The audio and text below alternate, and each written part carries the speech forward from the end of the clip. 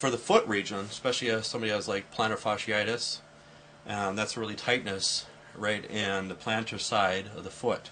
So again, this is called the plantar side. The top is actually the dorsal side. So this is the calcaneus here, and sometimes actually people have heel spurs. So it's actually built up of bone on the actual on the calcaneus region. So that's why they call them heel spurs. But it's going to send a sharp pain sometimes when they actually step on that region. So with this, you can actually kind of separate, eventually going around like this, or you can actually kind of cup the foot and actually use more of your knuckle. If you need to, you can do a little twist, or you can actually kind of go up. But I'll show you a lot more techniques when they're in the supine position for the foot region. So you can also extend their toes, as you can see, and just do a little bit of a stretch. So again, when you're actually stretching the person, and then performing another stretch, it's like a double stretch is basically you're performing.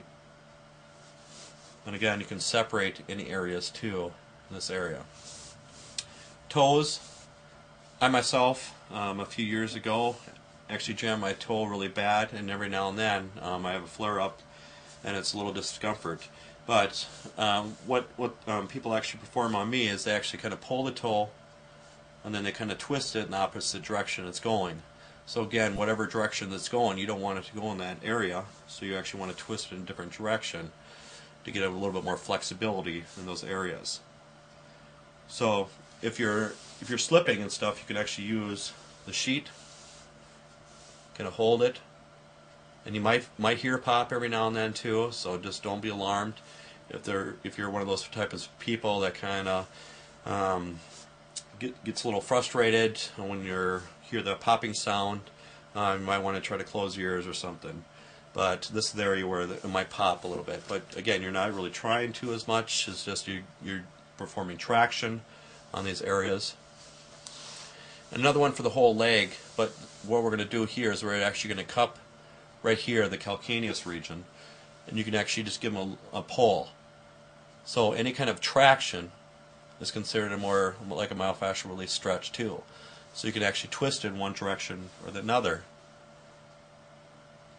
And again, you can go with it too, so you can actually bring it out in different areas. So you can actually bring it out and just lean back. But when they're in the supine position, I'll show you a better technique for that.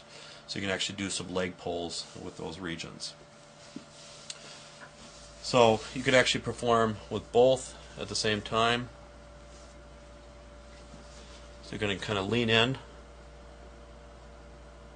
Especially as somebody has low arch, they're going to be a little bit more sensitive to those regions. So you can get a little bit more flexibility. And also more of like a snake bite. So you can just go back and forth, see which way is a little bit more restricted. But again, if it's slipping some, just actually use the sheet. You get a little bit more traction that way too then.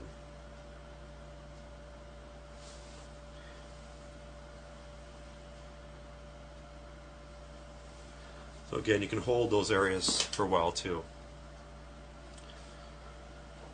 So that concludes for the posterior side of the body, and then we're going to have her flip over and we're going to get the anterior side of the body for the techniques on.